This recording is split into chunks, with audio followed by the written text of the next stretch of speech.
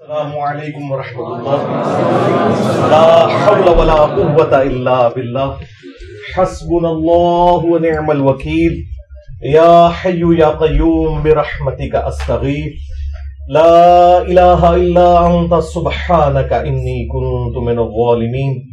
ربنا آتنا من لدنک رحمہ وہیئ لنا من امرنا رشدا.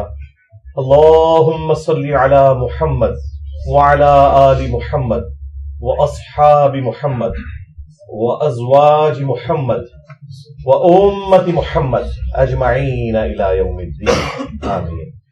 الحمد لله رب العالمين والصلاة والسلام على سيد الأنبياء والمرسلين وعلى آله وأصحابه أجمعين إلى يوم الدين. الحمدللہ آج 22 اکتوبر 2023 کو سنڈے کے دن ہمارا یہ پبلک سیشن نمبر 117 نمبر انشاءاللہ ہوگا. آپ کے سوالات یہ ریئل ٹائم پرچیوں کی شکل میں میرے پاس آ چکے ہیں. انشاءاللہ ان پرچیوں کو بھی ہم کور کریں گے. پہلے کرنٹ افیئر کے طور پر کچھ چیزیں میں ڈسکس کر لوں. پچھلے 2 ویکس میں ہماری جو اتوار کی اسپیشل جو کرنٹ افیئر کے طور پر ڈسکشن ہوئی تھی، وہ اس وقت جو حماس اور اسرائیل کے درمیان جو ایک کنفلکٹ چل رہا ہے فلسطین کے حوالے سے، اس پہ میں نے تفصیلی گفتگو کی تھی.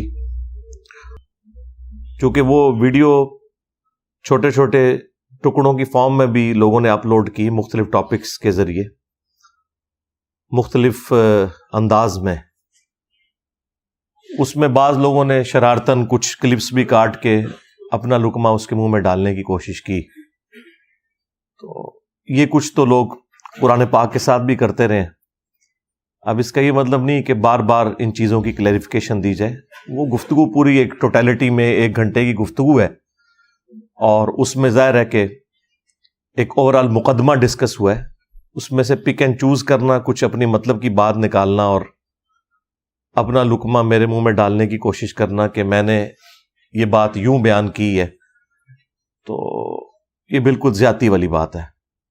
تو آج والی جو ویڈیو ہے انشاءاللہ اس کی نیچے ہم ڈسکرپشن کے اندر لنکس ڈال دیں گے ان ویڈیوز کے، تاکہ اگر کسی کو کوئی بات سمجھ نہیں آئی تو اسی ویڈیو کو دوبارہ دیکھ لیں. بار بار چیزوں کی کلیریفیکیشن دینا ضروری نہیں ہوتا، اس سے پھر نئے ٹاپکس ڈسکس نہیں انسان کر سکتا. آج کل چونکہ اب یہ جہاد اور قتال والا معاملہ دوبارہ سے شروع ہوا، اور اس میں بھی چونکہ اسرائیل اور یہودیوں کا ایک بڑا ایشو آ ٹپکا ہے مسلمانوں کے اوپر، تو اس کی وجہ سے جو اینڈ آف ٹائم کے پوائنٹ آف ویو سے جو احادیث اور آثار ہیں ان کو لوگ ڈسکس کرنا شروع کر دیتے ہیں. اور یہ صرف آج کل کے اسکالرز نہیں ہیں، ماضی میں بھی لوگوں نے بڑی کتابیں لکھی، اور اللہ کے فضل سے جتنی پیش گوئیاں کی کوئی ایک بھی صحیح ثابت نہیں ہوئی. اور اس کی وجہ یہ ہے کہ جب تک کوئی انسیڈنٹ ہو نہیں جاتا آپ وثوق کے ساتھ کسی چیز کے بارے میں کچھ کہہ نہیں سکتے. اب یہ کہنا کہ جی جب انسیڈنٹ ہو جائے گا تو اس کے بعد تو سب کو پتہ چل جائے گا، نہیں جناب، اس کے بعد بھی سب کو پتہ نہیں چلتا، سوائے ان لوگوں کے کہ جو لوگ خدا کو سیریس لیتے ہیں.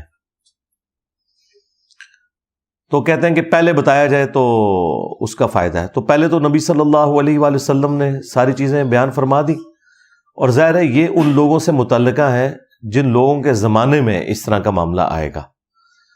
ورنہ آپ غزوہ ہند کو دیکھ لیں تو پچھلے 1000 سال سے غزوہ ہند ہو رہا ہے اور ابھی تک ہوا نہیں ہے. اس کے اوپر لوگوں نے چندے کھائے، لوگوں نے لوگوں کے بچے ذبح کروا دیے، اور اسی طریقے سے تماشا چلتا رہا. یہی کچھ اب بھی ہو رہا ہے. اپنے مطلب کے لیے چیزوں کو جوڑنا اور اس میں جھوٹی روایتوں کا بھی سہارا لینا اور اپنی تھاٹس کو فٹ ان کرنے کی کوشش کرنا احادیث کے اندر ایک رزلٹ نکالنے کے لیے، یہ بڑی سخت زیادتی والی بات ہے. اور جو کوئی اس طرح کی حرکت کرتا ہے لوگ کہتے ہیں جی وہ دیکھیں جی انہوں نے تو بڑی پیاری اس کی تفصیل بیان کی ہے. اب ان سے پوچھیں یہ جو آپ تفصیل بیان کر رہے ہیں کیا یہ تفصیل اس طریقے سے قرآن و سنت میں وارد ہوئی بھی ہے؟ تو وہ آپ کو بتائیں گے کہ جی یہ ہمارا خیال ہے. تو انہیں بتائیں کہ جو آپ کے بزرگ تھے وہ بھی یہی حرکت کرتے رہے. کتنے بڑے بڑے فقہا اور محدثین مفسرین گزرے ہیں جنہوں نے یہ اسیسمنٹ کی تھی کہ یہ امت 1000 سال سے اوپر نہیں جائے گی اور قیامت قائم ہو جائے گی. اللہ کے فضل سے 15ویں صدی میں بیٹھے ہوئے ہیں. تو کم از کم آج کل کے جو تخمینہ لگانے والے لوگ ہیں ان کی یہ اخلاقاً ذمہ داری ہے کہ اپنے ان بزرگوں کو کم از کم جھوٹا ڈکلیئر کریں. اگر جھوٹا نہیں کہہ سکتے احتراماً تو یہ تو کہیں کہ ان کے تخمینے غلط تھے. تو پھر ہم یہ کہیں گے کہ اگر آپ کے بابوں کا یہ حال تھا تو تسی تو شاہی کوئی نہیں. ہاں تو یہ والی حرکتیں کرنا، مجھے بھی مختلف لوگ ویڈیوز مختلف سکالرز کی بھیج رہے ہوتے ہیں. اب میں نام نہیں لیتا چونکہ آپ لوگوں کو پتہ ہے کہ یہ کون سے سکالرز ہیں جو یہ اس قسم کی تباہ آزمائی کر رہے ہوتے ہیں. تو وہ کہتے ہیں نہیں جواب دیں. بھائی جواب تو ہوتا ہے جب کوئی بات قرآن و سنت سے کرے. جو بندہ اپنا تخمینہ لگا کے کوئی بات کرتا ہے تو اس کا جواب تو یہی ہے کہ یار یہ قرآن و سنت میں لکھا نہیں ہوا. تو اس سے زیادہ سخت جواب لینا ہے تو پھر لعنت اللہ علی الکاذبین یہی دیا جا سکتا ہے. تو ہمیں اس معاملے میں معذور تصور کریں. اس قسم کے تخمینے ہم نہیں لگا سکتے اور اس میں سے نکالنا کچھ بھی نہیں ہے. لوگ باتیں کرتے ہیں اور صرف نمبر ٹانگنے کے لیے. دنیا دار قسم کے لوگ، لگژریس لائف گزارنے والے لوگ، اور وہ حکومت وقت سے مطالبہ کر رہے ہیں جی آپ بارڈر کھول دیں جی ہمیں جانے دیں وہاں. تو میں تو گورنمنٹ سے یہی اپیل کروں گا کہ بارڈر کھول دیں، جان چھڑا لیں ان سے ایک دفعہ. بڑا اچھا موقع ہے. ان کو آپ بائی شپ بھیجیں میڈیٹرینین سی میں. غزہ کے پاس جو پورا پورشن لگ رہا ہے 41 کلومیٹر کا، ٹھیک ہے، وہاں جائیں، اپنے اپنے بزرگوں کو مدد کے لیے پکاریں اور دیکھ لیں گے ہم کہ کیا اینڈ رزلٹ نکلتا ہے. ڈنڈوں کے ساتھ، سوٹوں کے ساتھ اس طریقے سے جہاد نہیں لڑا جاتا. نہ یہ نبی صلی اللہ علیہ وآلہ وسلم کی تعلیمات ہیں کہ آپ نے بغیر اسباب کو اختیار کیے ہوئے صرف مسبب الاسباب پر تکیہ کرتے ہوئے اپنے معاملات کو آگے لے کے چلنا ہے. ایسا تو نہیں ہوتا. ورنہ تو آپ کو بتایا جاتا کہ 10 دفعہ دروشی پڑھ لیں تو آپ کی بھوک ختم ہو جائے گی، 10 دفعہ سبحان اللہ پڑھ لیں تو آپ کی پیاس ختم ہو جائے گی. اس طرح تو نہیں ہوتا، ایسا تو نہیں ہوتا. تو اس لیے یہ کہانیاں کرواتے ہیں، آپ سنتے رہیں اور پھر میرے خلاف ویلاگز بنا رہے ہوتے ہیں جس طرح میں نے یعنی پابند کیا ہوا انہیں وہاں نہ جانے پہ، یا بارڈر کھولنا میری ذمہ داری ہے. بھئی میں نے کوئی آپ کو روکا ہوا ہے؟ میں تو آپ کو گراؤنڈ ریئلٹیز بتا رہا ہوں. جہاد سے نہیں روکا بھائی، لیکن آپ کو بتایا کہ جہاد کس طریقے سے ہونا ہے، کن لوگوں کی ذمہ داری ہے کہ انہوں نے آرمڈ کنفلکٹ کرنا ہے، کس نے فائنینشیل سپورٹ دینی ہے، اور یہ معاملات کس طرح چلنے ہیں. ایسے نہیں ہونا کہ ہر بندے نے بندوق اٹھانی ہے، نہ ہر بندے کو بندوق مل سکتی ہے. تو ہماری طرف سے جو ان پٹ ہے ہم وہ دیں گے، لیکن یہ والی ان پٹ دینا، جس طریقے کی ان پٹ یہ چاہ رہے ہیں، تو وہ تو ہمیں تو تابوت ہی ارینج کرنے پڑیں گے ان کی لاشیں اٹھانے کے لیے. اس جہاد کو نقصان ضرور ہوگا، اس سے فائدہ کوئی نہیں ہوگا. اور پھر یہ آگے کہہ رہے ہیں انجینئر صاحب روک رہے ہیں. بھائی میں نے کب روکا ہے؟ جاؤ، جان چھوڑو ہماری، سارے پہنچ جاؤ وہاں. میں نے کیوں روکا ہے؟ میں نے تو تب روکا ہو کہ میں نے کسی کو باندھ دیا ہو یا کوئی کرفیو لگا دیا ہو. نہ میں گورنمنٹ کے اندر ہوں، نہ میں اسٹیبلشمنٹ کے اندر ہوں. جائیں بھئی. آپ کو کس نے روکا ہوا ہے؟ آپ لوگ اپنے پولیٹیکل گینز کی خاطر دھرنے دے سکتے ہیں. آپ کیوں نہیں دھرنا دے رہے ہیں؟ آپ بارڈر کھلوانے کے لیے بڑھو نہ جڑیں، کیوں نہیں دے رہے؟ میں نے روکا ہوا ہے، میں نے پابندی لگائی ہوئی ہے. تو بس صرف ایک پوائنٹ سکورنگ کرنے کے لیے. اس میں سے جو اصل چیز نکالنے کی وہ یہ ہے کہ اینڈ پہ انہوں نے آپ کو اپنا اکاؤنٹ نمبر نیچے شیئر کروانا ہوتا ہے کہ جی آپ تو پہنچ نہیں سکتے، ہمیں پتہ ہے، تو ہمارا رابطہ ہو گیا، ہم انشاءاللہ آپ ہمیں چندے دیں، ہم وہاں پہنچا دیں گے. وہاں آپ ذرا مصر کے بارڈر کے اوپر دیکھیں، آلریڈی جو مصر کے لوگوں نے جتنی امداد بھجوائی ہوئی ہے نا، ابھی تو کل رات کو انہوں نے تھوڑا سا بارڈر کھولا ہے اور کچھ 20 کے قریب ٹرک انٹر ہونے دیے ہیں، تو یہاں سے کوئی امداد نہ بھی بھیجے، آلریڈی مصر کے لوگوں نے اتنا کچھ بھیج دیا ہے کہ جتنے لوگ ہیں ان سے کئی گنا زیادہ انہوں نے راشن ان کے لیے اویلیبل کر دیا۔ تو مہربانی کر کے یہاں آپ کسی کو اس طریقے سے چندہ نہ دیں، یہ انہی کے اوپر لگنا ہے، کیونکہ یہ لوگ وہاں پہنچ نہیں سکتے ہیں، نہ پہنچا سکتے ہیں، نہ ان کا پہنچایا ہوا وہاں ایکسیپٹ ہونا ہے۔ وہ آپ کو پتہ ہے، وہ تو مصر کے ساتھ حالانکہ اسرائیل کے بڑے اچھے تعلقات ہیں، اس کے باوجود وہ تو ان کی چیزوں کو بھی بغیر تلاشی کے اندر نہیں جانے دے رہے، کتنا پریشر ہے، اس کے باوجود ان لوگوں کی چیزیں کہاں انٹر ہونے دینی ہے۔ تو یہ کچھ بھی نہیں ہونا، یہ پیسے انہی کی جیبوں میں جانے ہیں، انہوں نے نئی گاڑیاں نکلوانی ہیں، انہوں نے اور پلاٹس خریدنے ہیں۔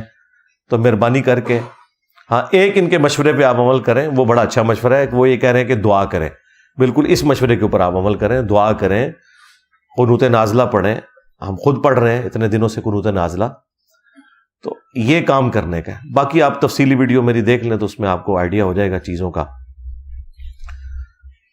قرب قیامت کی جو نشانیاں ہیں نا، یہ ایک الگ سے ایک پورا ٹاپک ہے، اس کے اوپر پوری دنیا میں مختلف اسکالرز طب آزمائی کرتے ہیں، ویڈیوز میں بھی، کتابی شکل میں بھی اپنی اسیسمنٹس لگاتے ہیں۔ اب میرے اندر اتنی جرت نہیں ہے کہ میں اس لیول پہ آگے جاؤں، میں صرف ان نشانیوں کے بارے میں آپ کو بتا سکتا ہوں جو پوری ہو چکی ہیں پہلے سے۔ مستقبل قریب میں یا مستقبل بعید کے اندر جو ہونے والی ہیں ان کے بارے میں بتا سکتا ہوں، لیکن پریزنٹ ٹائم میں اس وقت یہ کون سی نشانی پوری ہو رہی ہے یہ بتانا میرے لیے پاسبل نہیں جب تک کہ وہ اسٹیبلش نہ ہو جائے۔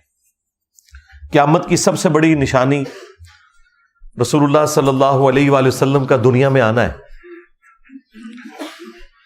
صحیح مسلم میں حدیث ہے، امام جعفر علیہ السلام نے اپنے والد امام باقر علیہ السلام سے، اور انہوں نے جابر بن عبداللہ رضی اللہ تعالیٰ عنہ سے روایت کی ہے کہ نبی صلی اللہ علیہ وآلہ وسلم جب کبھی بھی منبر پر تشریف لاتے، آپ کی آواز بلند ہو جاتی، آنکھیں سرخ ہو جاتی، غصے میں اضافہ ہو جاتا، گویا کوئی جرنیل اپنی فوج کو تیار کر رہا ہے۔ یعنی اگریسو سٹائل میں گفتگو کرنا ممبر کی ریکوائرمنٹ ہے۔ ممبر کی ریکوائرمنٹ طارق جمیل سٹائل یا غامدی سٹائل نہیں ہے، بلکہ محمدی سٹائل ہے، جس کے اوپر یا ڈاکٹر اسرار صاحب عمل کرتے تھے یا اللہ کے فضل سے میں عمل کرنے کی کوشش کرتا ہوں۔ اس کے بعد آپ صلی اللہ علیہ وآلہ وسلم فرماتے حمد و صلات کے بعد، فَإِنَّ خَيْرَ الْحَدِيثِ كِتَابُ اللَّهِ وَخَيْرَ الْهَدِيِ هَدْيُ مُحَمَّدٍ صلی اللہ علیہ وآلہ وسلم وَشَرَّ الْأُمُورِ مُحْدَثَاتُهَا وَكُلَّ مُحْدَثَةٍ بِدْعَةٍ وَكُلَّ بِدْعَةٍ ضَلَالَةٍ وَكُلَّ ضَلَالَةٍ فِي النَّارِ۔ یہ صحیح مسلم میں بھی خطبہ موجود ہے، سنن نسائی کے اندر بھی موجود ہے، میں نے کئی دفعہ بیان کیا۔ اس کے بعد آپ فرماتے ہیں کہ میں اور قیامت اس طرح ساتھ بھیجے گئے ہیں جیسا کہ یہ 2 انگلیاں، یعنی نبی علیہ السلام اور قیامت کے درمیان اب کوئی اور فاصلہ نہیں ہے، حالانکہ 1500 سال گزر چکے ہیں۔ اب مجھے بتائیں جب صحابہ کرام یہ بات سنتے ہوں گے تو ان کے دماغ میں تو ہوگا 50 60 نہیں تو 100 سال بعد قیامت آ ہی جائے گی۔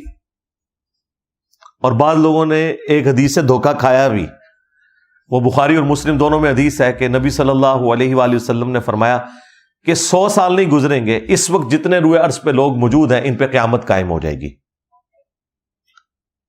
اور وہ غیر مسلم بھی اس حدیث کو بخاری مسلم کی اٹھا کے کہتے ہیں کہ دیکھو تمہارے نبی کی تو خبر غلط نکلی، حالانکہ اس کے کئی ایک طرق موجود ہیں بخاری مسلم میں، اور اس میں ایک طریق کے اندر عبداللہ ابن عمر رضی اللہ تعالیٰ عنہ، حالانکہ وہ 100 سال پورے ہونے سے پہلے ہی شہید ہو گئے 74 ہجری میں، نبی علیہ السلام کی وفات کے بعد 63 ایئرز تک زندہ رہے، ابھی 100 سال پورے نہیں ہوئے۔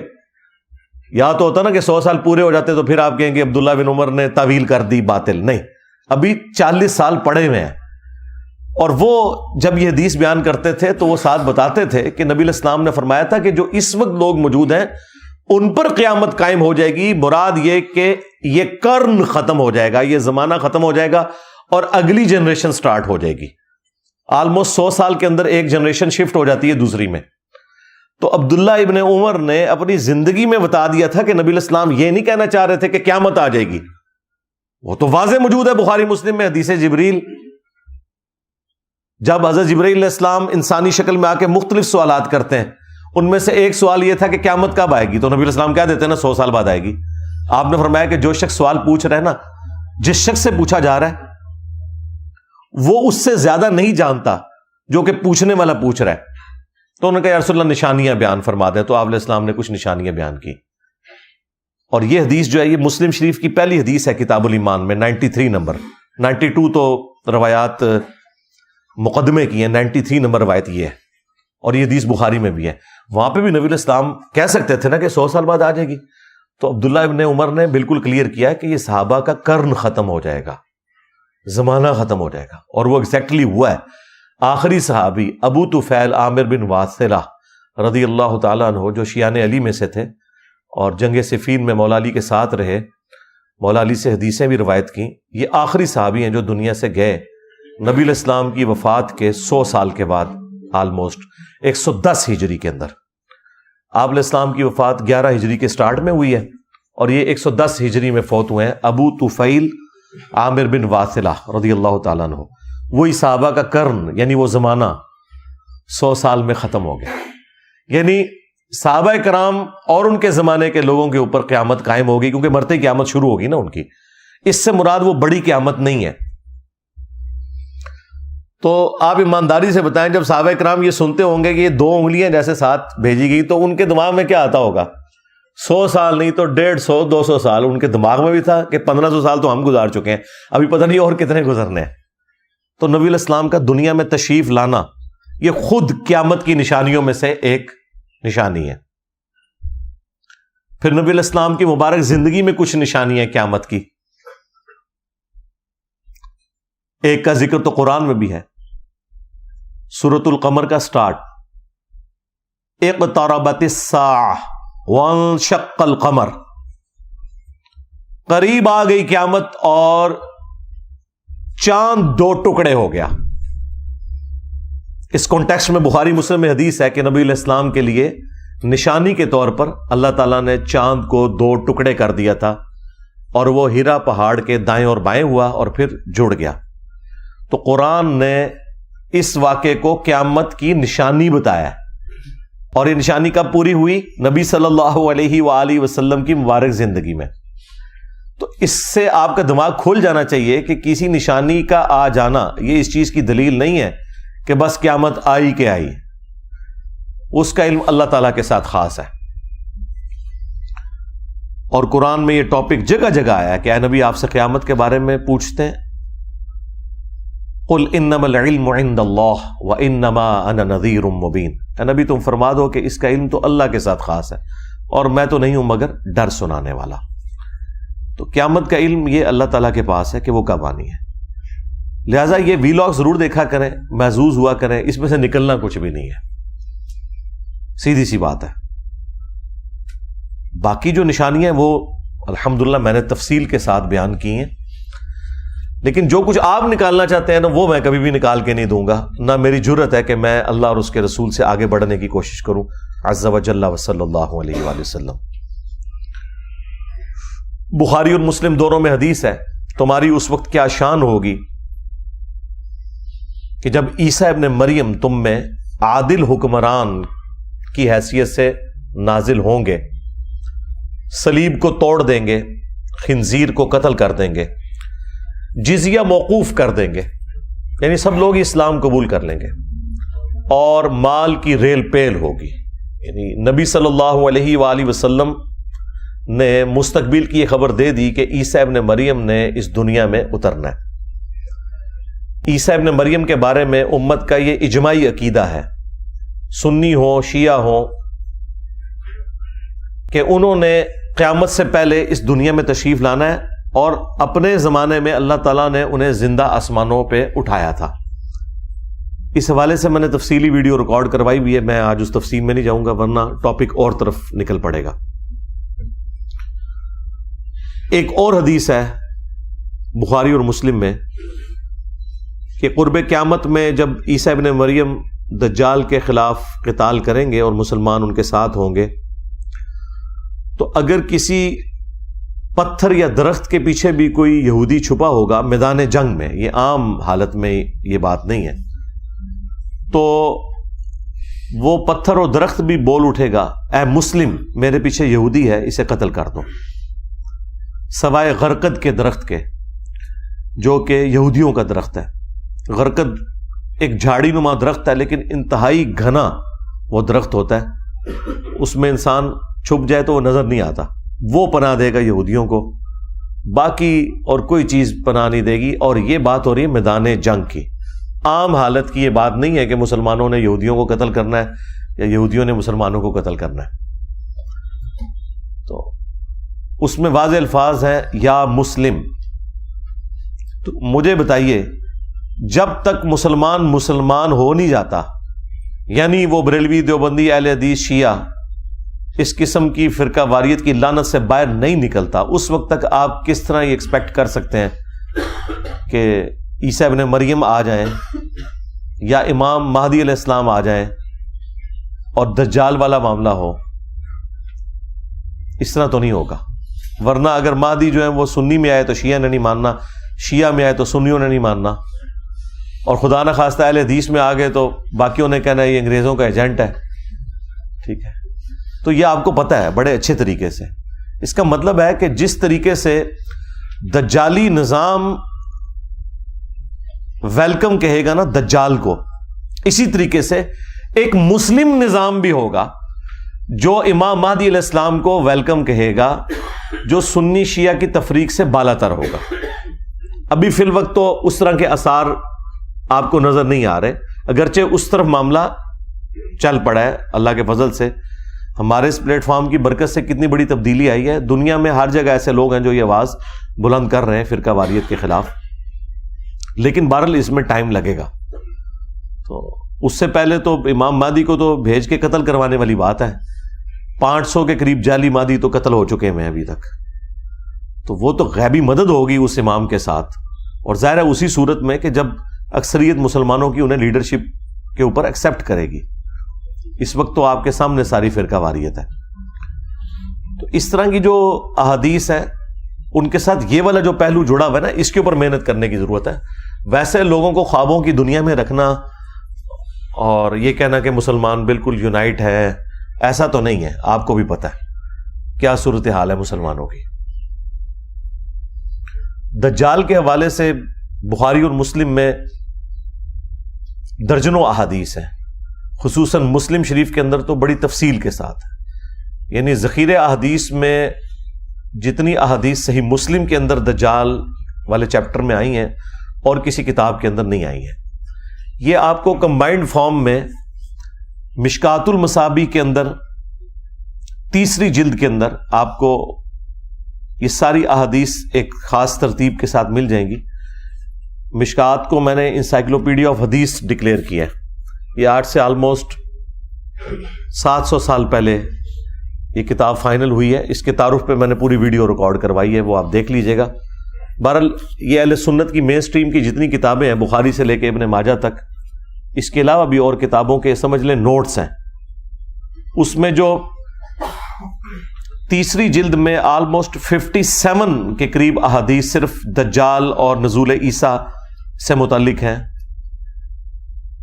وہ آپ پڑھیں انشاءاللہ، آپ کو اوورال ایک بلو پرنٹ سامنے آ جائے گا اس حوالے سے۔ میں تو اس میں سے جو کنکلوژن ہے وہ آپ کے سامنے رکھ سکتا ہوں کہ ہم نے کیا کرنا ہے، یعنی سب کی تو یہی خواہش ہے نا کہ اس فتنے سے بچیں، اس کے لیے نبی صلی اللہ علیہ وآلہ وسلم نے جو ارشاد فرمایا وہ میں آپ کے سامنے رکھ دوں گا، یہی چیز ہے۔ اس سے زیادہ ہم کیا کر سکتے ہیں، اور اس سے زیادہ کی ضرورت بھی نہیں ہے۔ خام خواہ اس کے اوپر ایک ہنگامہ کھڑا کر کے اور اپنی طرف سے چیزیں ایڈ کر کے لوگوں کو اپنے خیالات کا اسیر کرنا، یہ بڑی سخت زیادتی والی بات ہے۔ اس کی وجہ سے پھر احادیث والا معاملہ تو بیک فٹ پہ رہ جائے گا۔ دجل عربی زبان میں کہتے ہیں دھوکے کو، جھوٹ کے لیے بھی استعمال ہوتا ہے، اور یہ جو دجال ہے اسے المسیح الدجال کہا گیا ہے، یعنی جھوٹا مسیح۔ سچے مسیح کون ہے؟ عیسیٰ ابن مریم علیہ السلام، اور جھوٹا مسیح کون ہے؟ المسیح الدجال جو بالکل قرب قیامت میں آئے گا. تو اس کا مطلب یہ ہے کہ وہ ایک دھوکہ ہے انسانیت کی آزمائش کے لیے.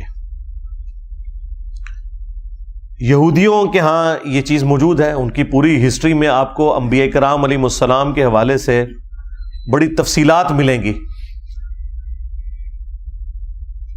اور یہ ان کا ایک سمجھ لیں ایک شغف ہے انبیاء کرام علیہ السلام کے بارے میں سارا یہ نالج رکھنا. ان کی کتابوں میں پروفیسیز بھی موجود ہیں.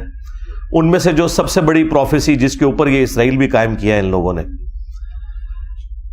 وہ یہ ہے کہ قرب قیامت میں ایک مسایہ آئیں گے جنہوں نے پوری دنیا کے اوپر حکومت قائم کرنی ہے.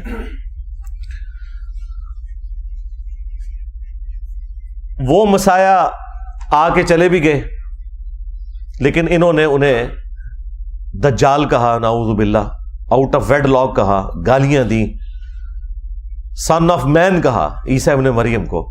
اللہ تعالیٰ نے ان کی جان بخشی کی اور انہیں زندہ آسمانوں پہ اٹھا لیا. اب قرب قیامت میں جب دجال آئے گا تو یہ اس کو اپنا وہ مسیح مان لیں گے, اور پھر اس کو قتل کرنے کے لیے عیسیٰ ابن مریم کو اللہ تعالیٰ دنیا میں بھیجیں گے. لہذا یہ جو پرسنالٹیز ہیں یہ دو ہیں. ایک عیسیٰ مسیح ہے جو اوریجنل مسایہ ہے, اور ایک ہے مسیح الدجال جو جھوٹا مسیح ہے, جسے ہم دجال کہتے ہیں. یہودیوں کا لیڈر وہ مسیح ہوگا جو دجال ہے, اور مسلمانوں کا اور کرسچنز کا لیڈر, کیونکہ کرسچنز بھی اسلام قبول کر لیں گے. یہ اب الگ سے ایک ٹاپک ہے. میں آج عیسیٰ ابن مریم والے ٹاپک کو ڈسکس نہیں کر رہا, ورنہ 1 گھنٹہ اس کے لیے الگ چاہیے. وہ آپ میری ویڈیو دیکھ لیں تفصیل کے ساتھ, حیات مسیح اور نزول مسیح علیہ السلام. میں دجال کے ٹاپک کو فی الوقت ٹچ کر رہا ہوں. تو یہ عیسیٰ ابن مریم اسے قتل کریں گے. وہ تفصیلی احادیث موجود ہیں بخاری اور مسلم کے اندر. میں چند ایک احادیث کور بھی کر دوں گا آج انشاءاللہ تعالی. بہرحال اس میں ہمارے لیے جو نبی صلی اللہ علیہ وآلہ وسلم نے ارشاد فرمایا, وہ صحیح مسلم کے اندر 3 احادیث ایسی ہیں جن میں ایک ہی وظیفے کا ذکر ہوا ہے, اور وہ ہے سورۃ الکہف کا. صحیح مسلم کی ایک حدیث میں ہے کہ جو شخص بھی سورۃ الکہف کی پہلی 10 آیات حفظ کر لے گا وہ دجال کے فتنے سے بچ جائے گا. دوسری حدیث میں آیا ہے سورۃ الکہف کی آخری 10 آیات, اور تیسری حدیث میں آیا ہے مسلم شریف کی کہ جب تم دجال کو اپنے سامنے پاؤ تو اس کے سامنے سورۃ الکہف کی پہلی چند آیات, وہی 10 آیات تلاوت کرنا, تو اللہ تعالیٰ تمہیں محفوظ کر دے گا. تو اس کا مطلب ہے یہ آیات مسلمانوں کو یاد بھی ہونی چاہیے. اور ان سے رزلٹ کیسے نکالنا ہے کہ جب دجال سامنے آئے گا تو اس کے سامنے یہ آیات پڑھنی ہے, جس طرح کہ ہم مختلف بلاؤں سے بچنے کے لیے سنت اذکار اور دعائیں پڑھتے ہیں. بخاری میں حدیث ہے جو رات کو آیت الکرسی پڑھ کے سو جائے صبح تک ایک فرشتہ اس کی حفاظت کے اوپر مامور ہو جائے گا. یہی ہے نا.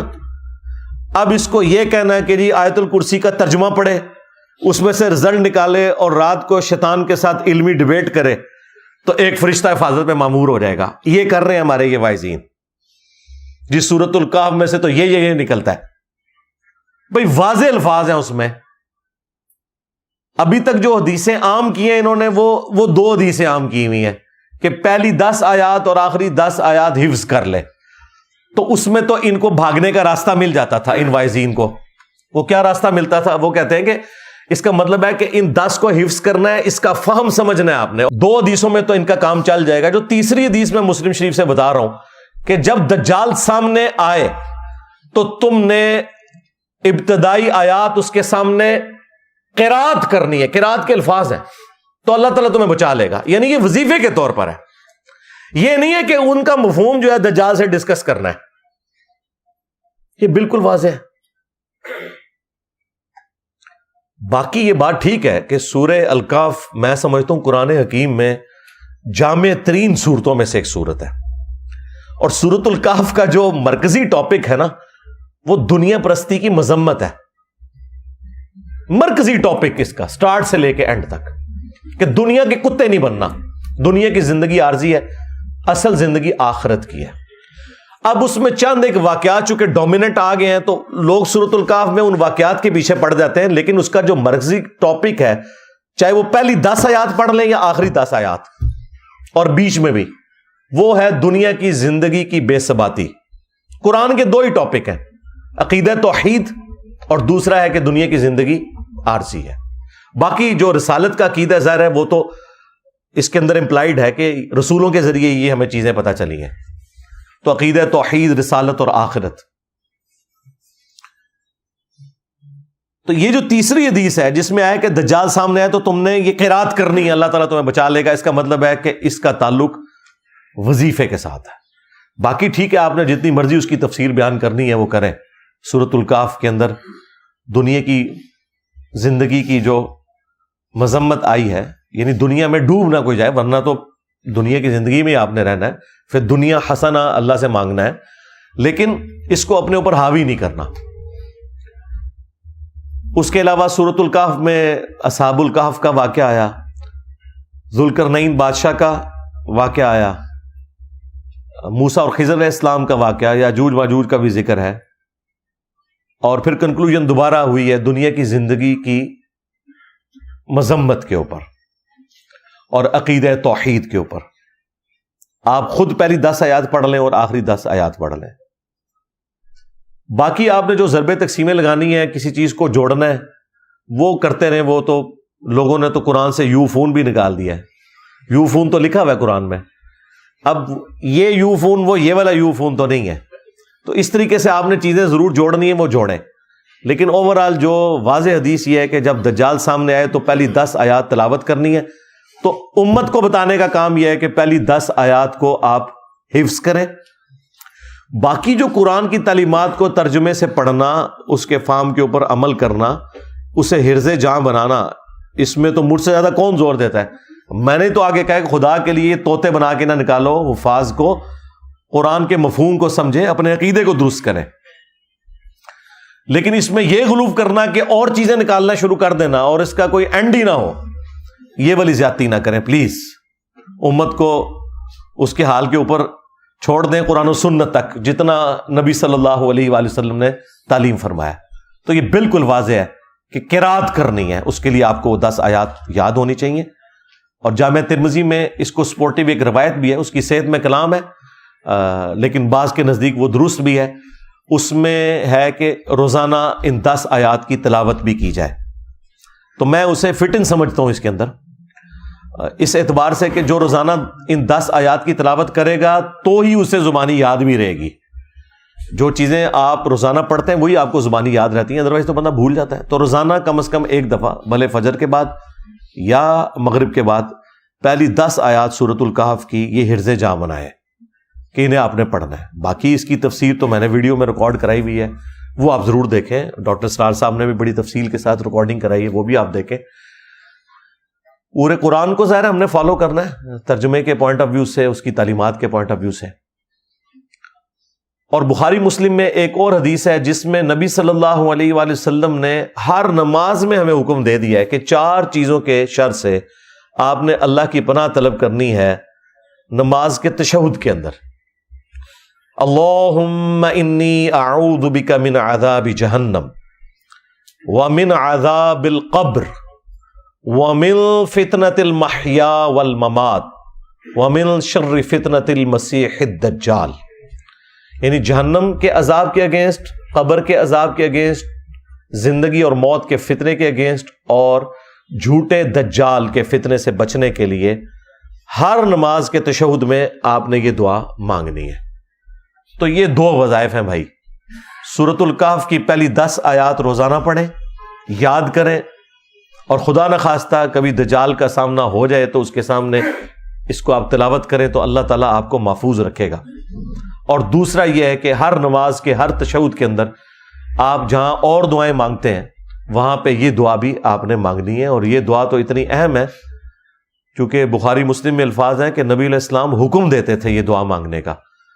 تو مسلم شریف میں ایک روایت امام مسلم لے کے آیا کہ جو طاؤس تابعی تھے ابن عباس کے شاگرد،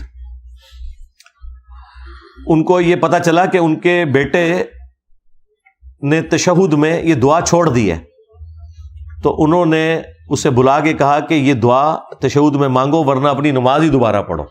یعنی اس لیول تک تابعین اس دعا کا اہتمام کرتے تھے. باقی دعائیں بھی مانگے، ربنا آتنا فی الدنیا حسنہ وفی الآخرۃ حسنۃ وقنا عذاب النار. اصحاب الکہف کی دعا جو میرا بھی وظیفہ ہے، جو پہلی 10 آیات میں آتی ہے سورۃ الکہف کی 10ویں آیت یہی ہے، ربنا آتنا من لدنک رحمہ وہیئ لنا من امرنا رشدا. اور اس کا ترجمہ بھی آپ کے ذہن میں ہونا چاہیے، تو وہ آپ کے اوپر وہ کیفیت طاری ہوگی. رب اجعلنی مقیم الصلاۃ ومن ذریتی ربنا وتقبل دعاء. یہ والی دعا بھی، جتنی قرآنی دعائیں ہیں وہ آپ مانگیں تشہد کے اندر. وہ تو بخاری مسلم میں حدیث ہے، جب تشہد پڑھ چکو درود شریف تو جو چاہو اپنے رب سے مانگو. تو جتنی سنت دعائیں قرآن و سنت کے اندر جو دعائیں معصورہ آئی ہیں وہ آپ ساری کی ساری مانگا کریں. وہ آپ کا اپنا ایک شغف ہے کہ، لیکن ظاہر ہے کہ نفلی عبادات کے لیے فرض نماز کو آپ نے اتنا لمبا نہیں کرنا کہ لوگوں کے لیے تکلیف بن جائے. اپنی نفلی نمازوں میں جتنی مرضی دعائیں مانگیں. تو یہ 2 وظائف ہیں جی جو میں نے آپ کو بتا دیے. تیسرا وظیفہ جو میں نے ڈیڈکٹ کیا ہے، اس طرح کا کوئی ڈیڈکٹ کرے تو وہ بالکل درست ہے، اور وہ ہے قرآن و سنت کی تعلیمات کو پڑھنا، اس پہ عمل کرنا اور اسی کو فائنل اتھارٹی ماننا، کسی بابے کی بات کو نہ ماننا. یہ بھی وہ وظیفہ ہے جو آپ کو دجال سے بچائے گا. آپ سوچ رہے ہیں کہ کیسے؟ جی بخاری مسلم میں لکھا ہوا ہے کہ جب دجال آئے گا تو ایک مومن اس کے سامنے کھڑا ہوگا، وہ اسے کہے گا میں تیرا رب ہوں، مان مجھے. وہ کہے گا کہ مجھے نبی کی حدیث پہنچی ہے کہ تو دجال ہے. وہ کہے گا میں تیرے 2 ٹکڑے کر کے تجھے دوبارہ زندہ کروں گا، پھر تو مجھے رب مان لینا. مردوں کو زندہ کرنا تو رب کا کام ہے. وہ اس کے 2 ٹکڑے کرے گا، اس کے درمیان چلے گا، پھر اسے جوڑ کے دوبارہ زندہ کر لے گا. کتنی بڑی آزمائش ہے، یعنی انسانی تاریخ میں اتنی بڑی آزمائش کسی نے دیکھی ہوگی؟ وہ زندہ ہو جائے گا، پھر وہ اسے کہے گا ہاں سنا اب بتا. وہ کہے گا کہ تیرے اس عمل نے میرے عقیدے میں ہی مضبوطی کی ہے، کیونکہ نبی علیہ السلام نے یہ بھی فرمایا تھا کہ ایک مومن کو قتل کر کے وہ دوبارہ زندہ کر لے گا. تو دجال ہے.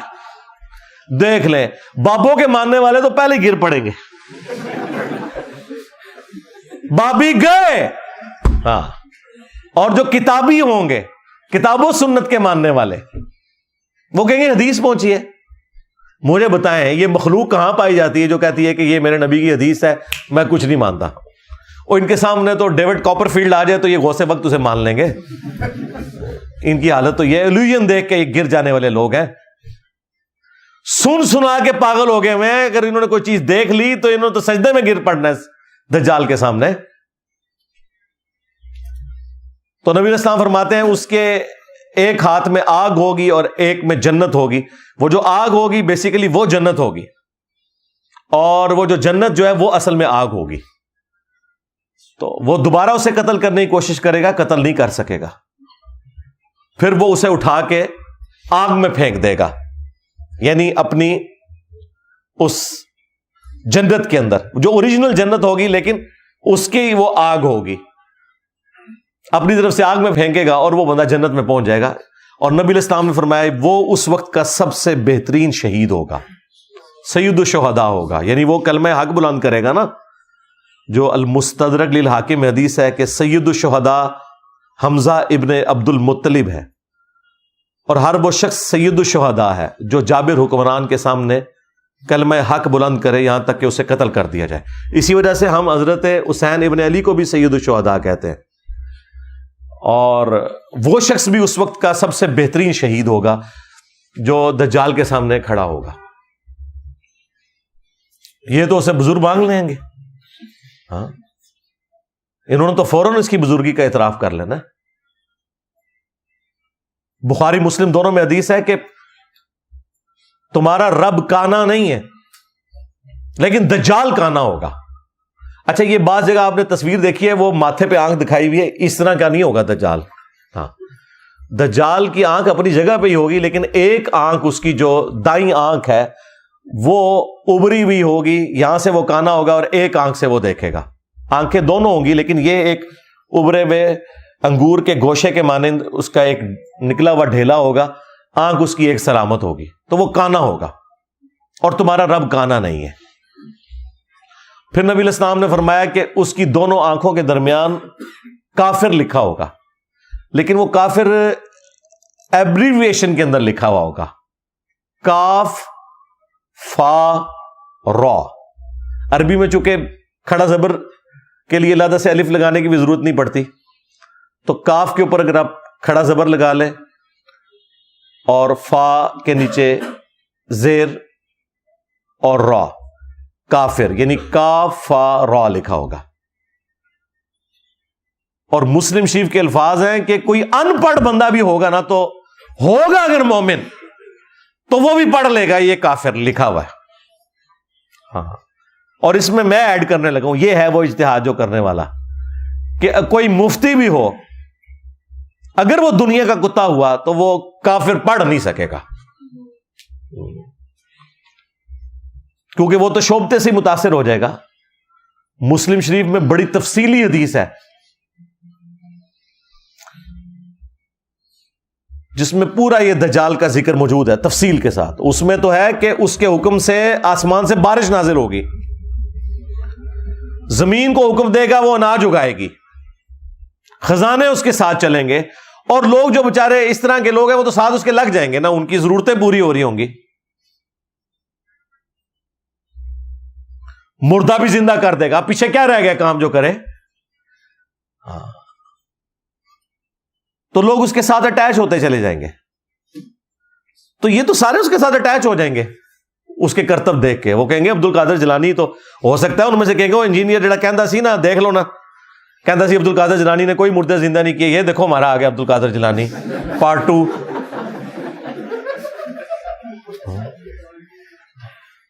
ان لوگوں کی کوئی حالت ہے جن کو آپ قرآن اور حدیث دکھائیں یہ لوگ ماننے کے لیے تیار نہیں ہوتے. انہوں نے وہ کافر بھی پڑھ کے بھی اس کی تعویل کر جانی ہے.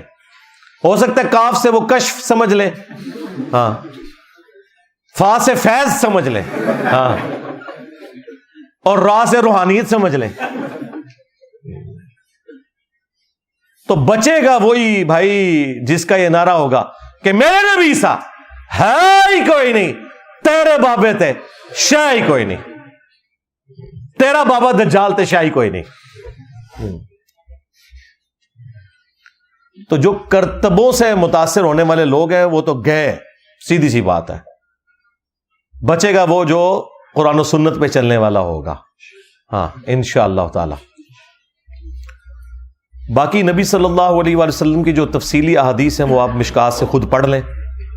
اس میں ایک تمیم داری والی وہ جساسہ والی حدیث بھی ہے، جو ایک سمندری سفر کے دوران ایک جزیرے پر انہوں نے دجال کو زنجیروں میں جکڑا ہوا دیکھا تھا، اور پھر نبی علیہ السلام کو پوری تفصیل بیان کی. آپ علیہ السلام نے باقاعدہ صحابہ کرام کو جمع کر کے کہا کہ دیکھو میں نے جو نشانیاں بتائی تھیں اس کو اللہ تعالیٰ نے وہ دکھایا بھی ہے.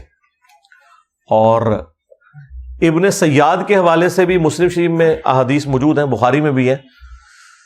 ابن سیاد بھی دجالوں میں سے ایک دجال تھا، لیکن وہ جو بڑا دجال ہے وہ یہ نہیں تھا. اس کے اوپر اتفاق ہے.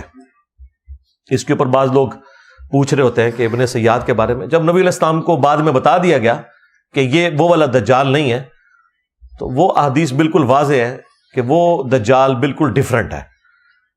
کیونکہ بخاری مسلم دونوں میں حدیث ہے کہ قیامت اس وقت تک قائم نہیں ہوگی جب تک کہ 30 جھوٹے دجال نہ پیدا ہو جائیں، جن میں سے ہر ایک دعوی نبوت بھی کرے گا. اب یہ والا دجال بھی دعوی نبوت سے سٹارٹ لے کے دعوی خدائی تک پہنچے گا، کیونکہ یہ مسیح تو کہہ رہا ہوگا نا اپنے آپ کو. تو نبی علیہ السلام فرمایا کہ 30 جھوٹے دجال آئیں گے جو دعوی نبوت کریں گے. ایک تو ہمارا یہ پچھلی صدی میں غلام القادیانی دجال گزرا ہے، یہ بھی دجالوں میں سے ایک دجال تھا. یہی حدیث ابو داؤد اور ترمذی میں ہے. اس میں تو نبی علیہ السلام نے فرمایا کہ 30 جھوٹے دجال دعوی نبوت کریں گے. انا خاتم النبیین لا نبی بعدی، میں خاتم النبیین ہوں، میرے بعد کوئی نبی نہیں ہے. اور میری امت کا ایک گروہ قیامت تک حق پر قائم رہے گا، کوئی نقصان پہنچانے والا انہیں نقصان نہیں پہنچا سکے گا، وہ غالب رہیں گے۔ امام بخاری، امام مسلم نے بھی یہ والا حدیث کا پورشن لیا ہے، اس میں امام بخاری نے ایک باب باندھا ہے اس حدیث کے اوپر کہ ہوا اہل العلم، اس سے مراد اہل علم ہے جو گروہ حق پر رہے گا، وہ فرقہ نہیں ہے، وہ گروہ ہے۔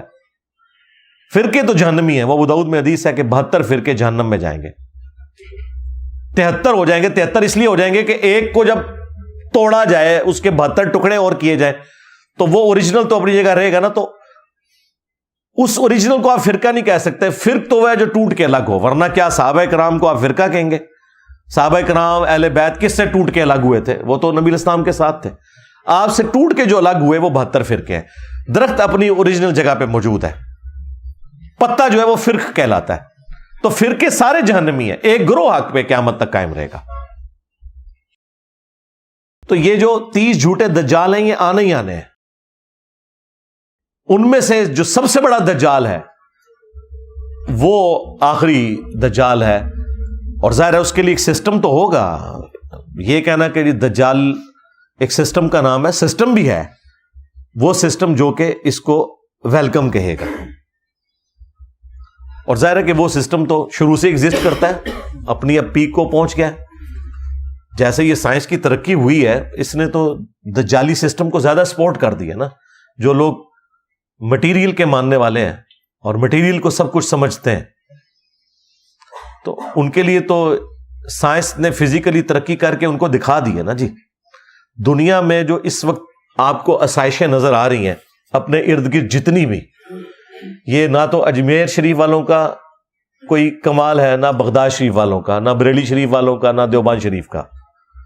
سائنس نے جو کچھ آپ کو دیا ہے وہ آپ کے سامنے ہے، یہ تو ہم محسوس کر رہے ہیں نا۔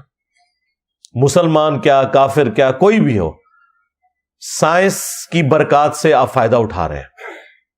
یہ جو آپ کو کہہ رہے ہیں اسرائیل کی پروڈکٹس کا بائیکاٹ کریں، سب سے پہلے اس مولوی کا اسمارٹ فون چھین لیں، تیری ایسی تھی تیسی گلاں کر دو۔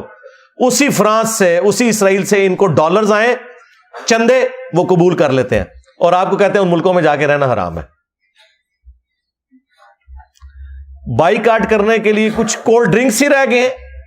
یہ ساری موبائل کمپنیاں، موبائل کنیکشن یہ نہیں آتے، ایت ضرورت ہے، تو باقی چیزیں بھی تو باقی لوگوں کی ضرورت ہے بھائی، اور یہاں تو ہمارا روزگار ان چیزوں کے ساتھ جڑا ہوا ہے۔ بائیکاٹ ایک چیز کا کرنا ہے، وہ شیطان ہے، چاہے وہ جمعے والے دن آپ کو ممبر پہ نظر آئے، چاہے آپ کے ساتھ ہو ہر وقت، اس کا بائیکاٹ کریں آپ، تو سب کچھ سیدھا ہو جائے گا۔ تو یہ دجالی نظام جو مٹیریل کو سب کچھ سمجھتا ہے، تو وہ فزیکلی تو انہوں نے کر کے دکھا دیا نا۔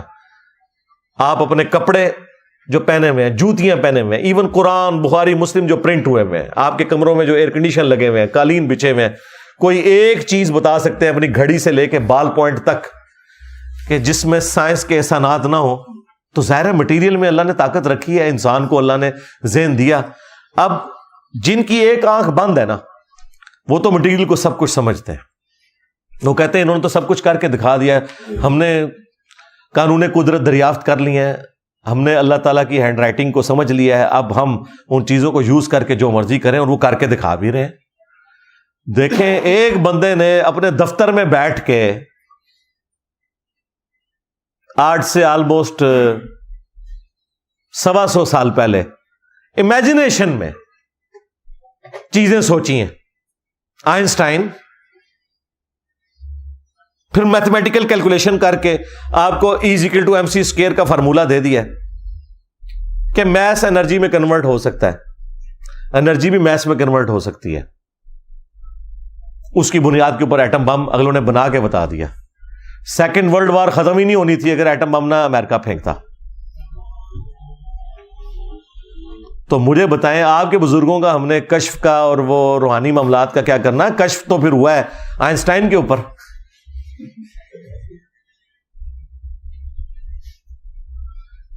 اس کی صرف جو کیلکولیشن ہے نا، جو اس فارمولے تک پہنچنے کے لیے اس نے جتنا میتھمیٹیکل ورک کیا ہے، وہ ہم کسی غوث وقت کے سامنے رکھتے ہیں، وہ صرف اس کو پڑھ کے بتا دے کہ ہوا کیا ہے۔ سمجھانا تو دور کی بات ہے، صرف ریسائٹ کر دے کہ لکھا کیا ہوا ہے۔ تو دنیا کے حقائق اللہ تعالیٰ نے کھولے ہیں نا ان کے اوپر، جن لوگوں نے ایفرٹ پٹ کی ہے.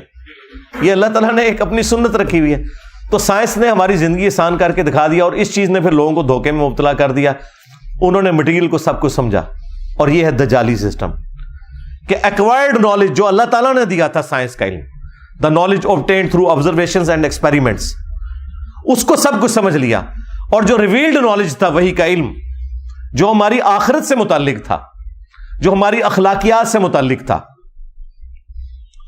اس سے ان لوگوں نے آنکھ بند کر لی. اسلام تو دونوں علوم کو ساتھ لے کے چلتا ہے. اور میں کہتا ہوں یہ ایکوائرڈ نالج سائنس نے تو جتنی توہمات کی مٹی پلیت کی ہے نا، ہمارے پاس تو کوئی ذریعہ نہیں تھا ان کی مٹی پلیت کرنے کا. ہم انہیں قرآن و سنت سے آیات اور احادیث بتاتے تھے تو یہ لوگ نہیں مانتے تھے. سائنس نے تو سب کچھ کر کے دکھا دیا ہے. اب ہم ان کو کہتے ہیں ہاں جی آؤ نا جناب. تم لوگ کہتے ہو نا بزرگ دلوں کا حال جانتے ہیں، اور تمہارے بزرگوں کا حال یہ ہے کہ آج کے وقت میں جن لوگوں کو تم لوگوں نے غوث ڈکلیئر کیا ہوا ہے نا، انہوں نے بھی اتنا موٹا چشمہ لگایا ہوتا ہے پڑھنے کے لیے. پاپا جانی اور اس کا جو پوتا ہے جس کا نام انہوں نے معاویہ رکھا ہوا ہے، اتنا موٹا اس کو شیشہ لگا ہوا ہے. تو جو دلوں کے حال جانتے ہیں وہ یہ اپنے وہ اچھا وہ اجمیر شریف کا آئی پیڈ نہیں بنا ہوا، نہ بریلی شریف کا، نہ دیوبند شریف کا. ہاں وہ بھی امریکہ شریف کا، جاپان شریف کا، اسرائیل شریف کا بنا ہوا ہے. اس کو پڑھ رہے ہوتے ہیں، اور اس میں بھی جب نہیں پڑھا جاتا نا تو وہ اینک لگاتے ہیں. ویسے ان کو کوئی بتایا نا یار تھوڑی عزت بچانی ہے، اینک اتار کے نا انہوں تھوڑا زوم کر لیا کرو، انجینئر صاحب دے فتنے تو بچ جاؤ گے. تو وہ اینک لگا کے اس سے پڑھ رہے ہوتے ہیں. یہ لوگ ہیں جو لوگوں کے دلوں کے حال جانتے ہیں. سائنس نے دیکھیں ان کی مٹی کیسی پلید کی ہے کہ اینک ان کو بھی لگانی پڑ گئی ہے. اور اس سے یہ ان کا پول کھل گیا کہ دل کے حال تو چھوڑ دیں. جو میں یہ کہتا تھا نا یہ سامنے سے دیکھ کے نہیں پڑھ سکتے، یہ اردو نہیں پڑھ سکتے بڑھاپے میں دیکھ کے بغیر اینک کے. سائنس پڑھنا تو دور کی بات ہے. تو یہ سائنس نے چونکہ سب کچھ کر کے دکھایا تو وہ لوگ ظاہر پھر اسیر ہو گئے. انہوں نے کہا جی واہ واہ واہ، یہ ہے اصل علم. ٹھیک ہے، جس کو یہ روحانیت کہتے ہیں جو کچھ ہے، اس نے تو سائنس نے تو کیا کرشمہ کر دیا ہے. 8 سے 100 سال پہلے کا انسان اگر نکل آئے قبر سے باہر اور آپ اس کو بتائیں کہ یہ میرا موبائل فون ہے، میں لائیو تجھے اس وقت مکہ اور مدینہ دکھاتا ہوں، وہ ماننے کے لیے تیار ہوگا؟ بھائی اس نے تو 4 مہینے یہاں سے پیدل جا کے حج کیا ہوا ہے، وہ کیسے مان لے گا؟ لیکن آج ہمارے بچے کو بھی پتا ہے. کہتے ہیں جی انجینئر صاحب کہتے ہیں بابے تے شاہی کوئی نہیں. اوے بابے تے بچے دے سامنے شاہ کوئی نہیں. ساڑھے بچے موبائل چلا سکتے ہیں، تھوڑے بابے بھی نہیں چلا سکتے جب تک کہ کسی سے سیکھ نہ لے. بنانا تو دور دی کر ہے، وہ چھڑ دو،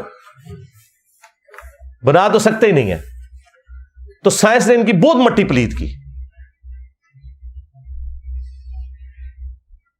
حج عمرے کے لیے جاتے رہے نا یہ سارے بزرگ.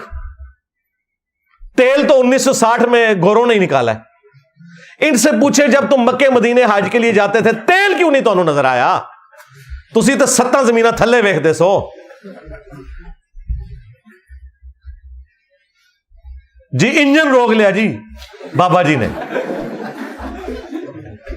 انجن بڑھایا نہیں روکیا. لیاؤ کڈو کیڑے بابے جے انجن روک کے دسن، چڑھائیے انجن تھوڑے بابے ہوتے.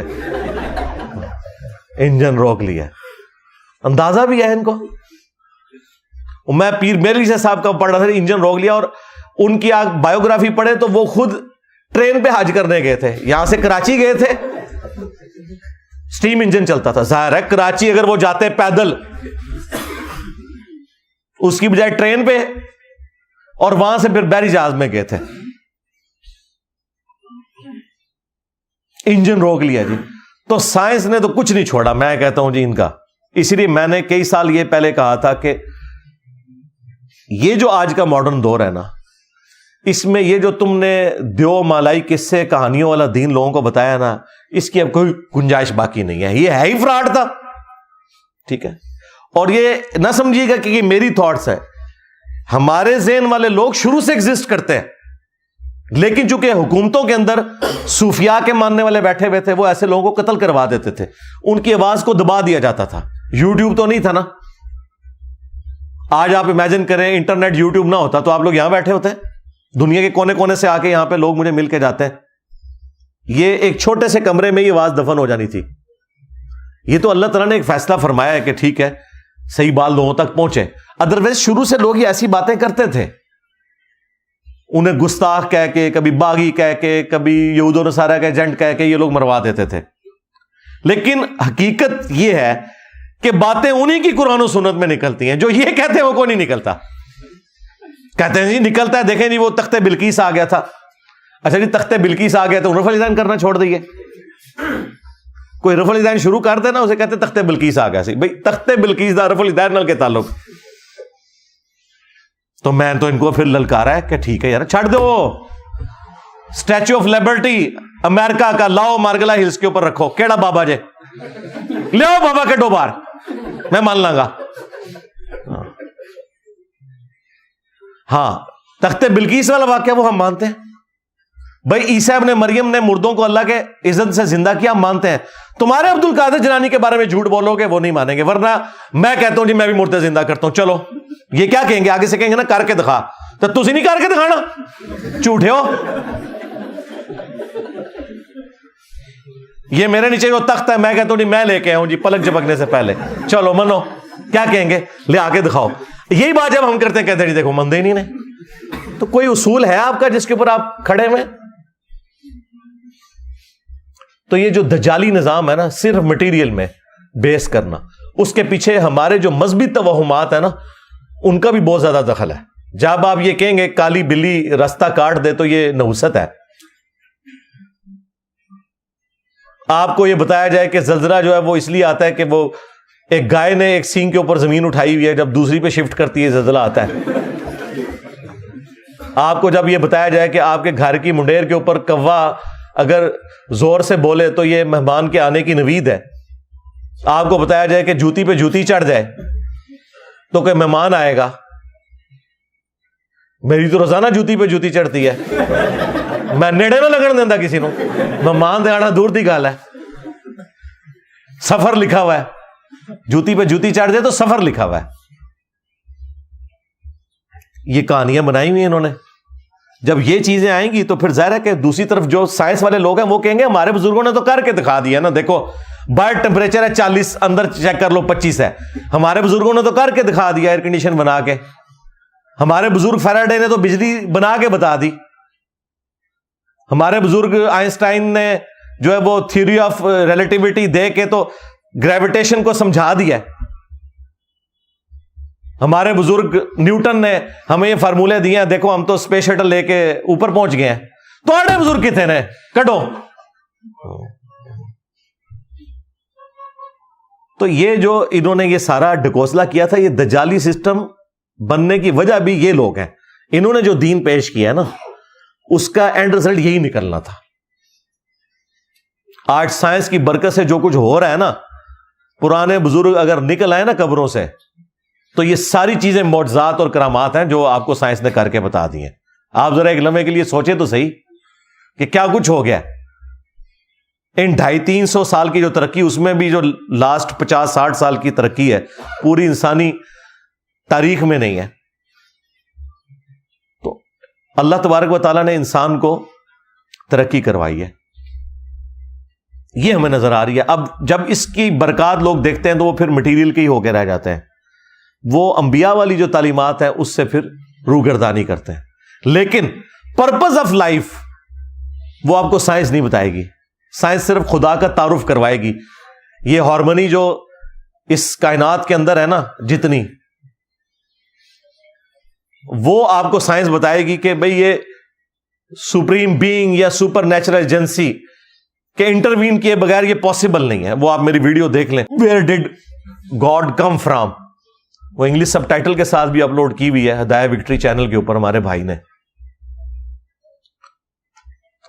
ابھی تو ہر آئے دن ایسی ایسی چیزیں سامنے آ رہی ہیں کہ انسان پریشان ہو جاتا ہے. اگر آپ کلاسیکل فزکس اور کوانٹم فزکس ان دونوں کو اسٹڈی کریں تو آپ حیران ہو جائیں گے کہ اللہ تبارک و تعالیٰ نے ان معاملات کو کس طریقے سے ٹیکل کیا ہوا ہے. انسانیت تو 20ویں صدی کے آغاز میں کنکلوڈ کر بیٹھی تھی کہ ہم نے فزکس ساری سمجھ لی ہے. آئنسٹائن نے آگے پورا رخ ہی بدل کے رکھ دیا. اور پھر جب یہ کوانٹم فزکس والا آیا ہے کانسیپٹ تو دنیا تو پریشان ہے کہ چھوٹے لیول کے اوپر چیزوں کا اندازہ ہی نہیں ہے، اور وہ پھر بعد میں اتنی آرگنائز چیزیں بن جاتی ہیں. وہ اب ایک ٹاپک الگ ہے. تو مجھے اچانک، چونکہ آج کل میں کافی ویڈیوز اس کے اوپر بھی دیکھ رہا ہوں، تو میرے ذہن میں آ گیا. تو یہ اللہ ہی اللہ ہے جی، مخلوق کے پلے کوئی شے نہیں، سیدھی سی بات ہے. مخلوق کا کام یہ ہے کہ اپنے رب کے سامنے عاجزی کا اظہار کرے. ہاں، یہ کام ہے کرنے کا. تو دجال کے حوالے سے وہ حدیث آپ وہاں سٹڈی کریں تو آپ کو تفصیل کے ساتھ سب کچھ مل جائے گا. ایک ایک حدیث کو ڈسکس کرنا ضروری نہیں ہے، میں نے اوورآل ایک کانسیپٹ آپ کے سامنے رکھ دیا تاکہ جن لوگوں کو اس ٹاپک کے ساتھ شغف ہے ان کے لیے ایک چیز سامنے آ جائے. پلس خود احادیث کا مطالعہ کریں، قرآن پاک کی آیات کا مطالعہ کریں، فزیکلی اسے اپنے سامنے رکھ کے پڑھیں اور دیکھیں اس میں سے کیا نکل رہا ہے. یہ نہیں کہ کان سے پکڑ کے کوئی کدھر چلا دے تو آپ چل پڑیں. وہ مانے جو ٹیکسٹ میں لکھا ہوا ہے، اس ٹیکسٹ کی کوئی تفسیر بیان کرتا ہے جو فٹ ان بیٹھتی ہے وہ بھی مانے، کوئی حرج نہیں اس کے اندر. لیکن ایک خاص آپ نے لائن کو کراس کر کے خود سے ضرب تقسیمیں نہیں لگانی. یہ والی چیز جو ہے نا پھر وہ آپ کو فتنے کے اندر مبتلا کر دے گی اور پھر اس میں پھر بعد میں شرمندگی والا معاملہ ہوگا. اس لیے میں نے چند ایک احادیث بیان کی ہیں، اس کے علاوہ بھی کئی احادیث ہیں، وہ آپ اس میں پڑھ لیں. اب وہ تو 2-3 گھنٹے لگ جائیں گے اگر ان سارے ٹاپکس کو کور کیا جائے. میں نے ایک اجمالاً، چونکہ آج کل یہ ٹاپک ڈسکس ہو رہا ہے اور لوگ ہمیں بھی کہہ رہے ہوتے ہیں جی بولو جی بولو، لو جی پھر ایسی ہے بولے جائے. ہاں لو سامو. ہاں صلو علی محمد و آل محمد، اللہم صلی علی محمد وعلی آل محمد واصحاب محمد وازواج محمد وامت محمد اجمعین الی یوم الدین، آمین. اللہم انی اسألک بانک انت اللہ لا الہ الا انت الاحد الصمد الذی لم یلد ولم یولد ولم یکن له کفوا احد وإلہکم الہ واحد لا الہ الا هو الرحمن الرحیم. الف لام میم. اللہ لا الہ الا هو الحی القیوم.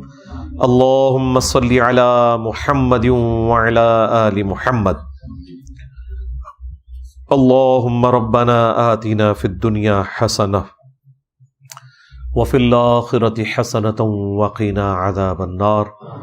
ربنا آتنا من لدنک رحمة وهیئ لنا من امرنا رشدا. اللہم اغفر لحینا ومیتنا وشاہدنا وغائبنا وصغیرنا وکبیرنا وذکرنا وانثانا.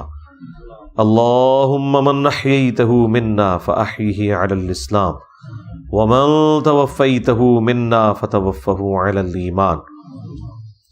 اے اللہ، جن جن بھلائیوں کا سوال تیرے محبوب صلی اللہ علیہ وآلہ وسلم نے تجھ سے کیا، ہمارے حق میں، ہمارے ماں باپ کے حق میں، ہمارے بیوی بچوں کے حق میں، پوری امت کے حق میں قبول و منظور فرما. جن جن چیزوں کے شر سے تیرے محبوب علیہ السلام نے تیری پناہ طلب کی، تمام مسلمانوں کو ان چیزوں کے شر سے اپنی پناہ عطا فرما. بالخصوص فلسطین کے مسلمان، کشمیر کے مسلمان، انڈیا، چائنا، افغانستان، یمن، عراق، شام، پاکستان، جہاں کئی مسلمان کس پرسی کی زندگی گزار رہے ہیں، اے اللہ یہ کافروں کے خلاف برسر پیکار ہیں، غیب سے ان کی عزت، آبرو، جان و مال کی حفاظت فرما.